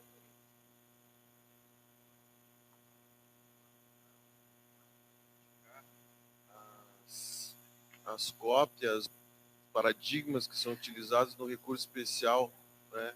Então, o cotejo analítico lá da linha C, né? Do recurso especial da linha C, que você junta da decisão do outro tribunal, e tem que juntar nos autos especificamente. Tá? E você junta nos autos e comprova como. Tem diversos mecanismos, temos mecanismos paleolíticos, né? De citar o número da revista dos tribunais em que foi o número e a página. Os mecanismos assim muito. E aí um deles é a própria autenticação sob a fé do grau do próprio advogado. Sim, exatamente. Se não for, igual meu avô, quando era juiz, que flagrou um advogado que tinha mentido em jurisprudência. História clássica boa. É isso. Pessoal, mais alguém? Ah, você tem mais uma? Vai lá.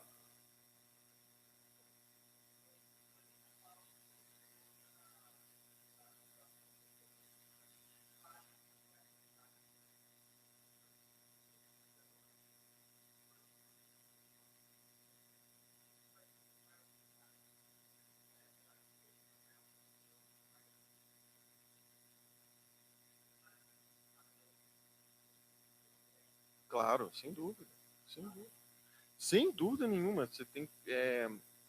Sobre a questão do tráfico, tem aquele clássico texto do Luiz Greco, né, que vocês devem conhecer, que é: qual é o bem jurídico do crime de tráfico de drogas? Ah, é a saúde. Ah, tá. Então, por que uma eventual ameaça futura à saúde de uma pessoa tem uma pena que vai de 5 a 15 e uma lesão corporal dolosa quando você efetivamente, né, atinge a integridade física da outra pessoa, não é uma ameaça, né? Daí tem uma pena de 1 a 4, sei lá, de 2 a 8, quando não sei a pena da lesão corporal agora, de cor, preparei para hoje, mas acho que é 1 a 4 ou 2 a 8, se for qualificado. Eu também sou horrível, até porque eu nunca respondi processo por lesão, graças a Deus, né? Senão eu saberia. Mas a grande discussão é essa mesmo, do bem jurídico, né, Jesus? Você não sabe por que aquilo, por que se criminaliza aquilo, né? Aquela brincadeira que eu sempre faço. Por que a gente criminaliza a evasão de divisas, né, Anne? Qual que é o bem jurídico da evasão de divisa? Daí a doutrina vai falar: ah, não, o controle da moeda, não sei o que lá, como se você mandasse 10 mil, ou 12 mil, ou 15 mil dólares para fora, daí isso vai ter um impacto no valor do dólar, né? Então vai baixar, entendeu, pessoal? Se vocês fizerem isso, daí vocês, na volta, você já compra aqui o dólar a 4,2, né? É uma coisa ridícula, entendeu? Então tem alguns crimes que a gente não sabe nem por que é crime. E aí, por que a gente não sabe nem por que é crime? Porque não protege nada. Então, como não protege nada, é uma loucurada. E como é uma loucurada, a gente admite instrumentos de investigação que também são loucurada. Então vai virando todo esse ciclo de pessoas que não raciocinam sobre o que está sendo feito, né? Infelizmente, foi um tema que efetivamente eu só perpassei, né, durante a minha fala, mas que mereceria toda uma verticalização, né, que entra na questão do bem jurídico também, tudo mais. Um tema para bastante debate, mas rápidas pinceladas falando